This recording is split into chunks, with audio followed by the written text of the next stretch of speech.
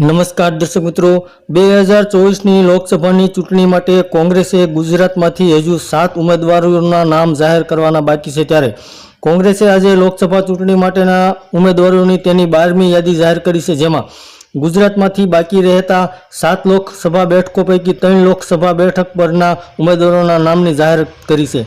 આ બેઠકમાં સુરેન્દ્રનગર લોકસભા બેઠક પરથી તળપદા કોળી સમાજના આગેવાન અને પૂર્વ ધારાસભ્ય ઋતિકભાઈ મકવાણા, જૂનાગઢ લોકસભા બેઠક પરથી આહિર સમાજના અગ્રણી હીરાભાઈ જોટવા તેમજ વડોદરા લોકસભા બેઠક પરથી ક્ષત્રિય આગેવાન અને પાદરાના પૂર્વ ધારાસભ્ય જસપાલસિંહ પઢિયારની ટિકિટ ફાળવી છે। હજુ પણ કોંગ્રેસ દ્વારા અમદાવાદ પૂર્વ, મહેસાણા, રાજકોટ અને નવસારી એમ 4 લોકસભા બેઠક પરના ઉમેદવારોના નામ જાહેર કરવાના બાકી છે।